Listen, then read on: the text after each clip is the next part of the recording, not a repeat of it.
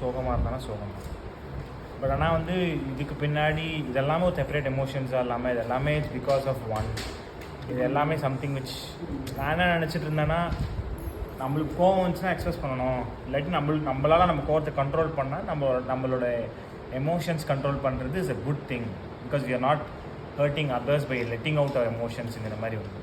But ஆனால் by understanding the four கான்ஷியஸ்னஸில், so எது எனக்கு என்ன புரிய வருதுன்னா, எப்படி நம்மளோட லைஃப்பை பார்க்கணும், எப்படி இப்போ நம்ம எந்த ஸ்டேட்டில் இருக்கோங்கிறது ஃபஸ்ட்டு புரிஞ்சிட்டோன்னா, அதுலேருந்து நம்ம இது நம்ம இயல்பான ஸ்டேட் கிடையாது, இதுலேருந்து எப்படி நம்ம பெட்டரான ஸ்டேட்டில் இருக்கலாம் அப்படிங்கிறத ஃபஸ்ட்டு நம்ம என்ன ஸ்டேட்டில் இருக்கோங்கிறது புரியணும். இது வரைக்கும் எனக்கு அந்த மாதிரி ஸ்டேட் தெரியாது. ஸோ அப்படிங்கிறப்போ வந்து ஒரு ஐ ஓப்பனராக இருந்தது ஃபர்ஸ்ட் ஆஃப் ஆல். அப்புறமா வந்து எப்போவுமே வந்து ஒரு ஈகோவோட ஒரு என் பார்ட்னர் கோவமாக இருக்காங்க, நான் வந்து காமாக தான் இருக்கேன், இருந்தாலும் பரவாயில்ல, ஒரு விட்டு கொடுக்குற மாதிரியான ஒரு மனப்பான்மையோட நான் அப்ரோச் பண்ண நினைக்கிறேன் மோஸ்ட் ஆஃப் த டைம். ஆனால் வந்து இப்போ வந்து it is basically I have equal problem with me in this conversation. So I'll have to first solve my problem to even go and think of anything else, of anybody else.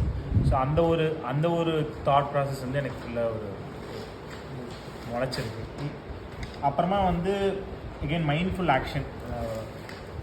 Action, any action வந்து முடிஞ்ச அளவுக்கு மைண்ட்ஃபுல்லாக பண்ணுவோம். பொண்ணும் இல்லை, குழந்தை வந்து வெளில போனால் அவன் வந்து ஏதோ மண்ணை விளாட்றான், எனக்கு கோவம் வருது, நான் சாச்சுன்னு கத்துறேன். அது கத்துன அடுத்த செகண்ட் நான் அது கத்துனது தேவைதானா அப்படின்னு யோசிக்கிறேன். அது தேவையா இல்லையாங்கிறது எனக்கு இன்னும் தெரியல. பட் ஆனால் அது நான் கத்துனது தேவையா. அப்புறமா அவன் வந்து என்கிட்ட வந்து சாரி கேட்குறான். அவன் முன்னாடி ப்ராப்ளி சாரியாக இருந்தால் நான் கோவம் மறைச்சிட்டு தான் இருந்திருப்பேன். நம்ம சாரி கேட்டேன்னா ஓகேடா அப்படின்னு பண்ணாதரா அப்படின்னு நான் இமீடியட்டாக ரெஸ்பாண்ட் பண்ணுறேன். ஸோ ஐம் திங்கிங் தட் எவ்வளோக்கு எவ்வளோ நல்லா I want to integrate in to my life. நீங்கள் சொல்லிக் கொடுத்த மாதிரி அந்த ஃப்ளோவாக இன்டெகிரேட் பண்ணணும்னு ஆசையாக இருக்குது.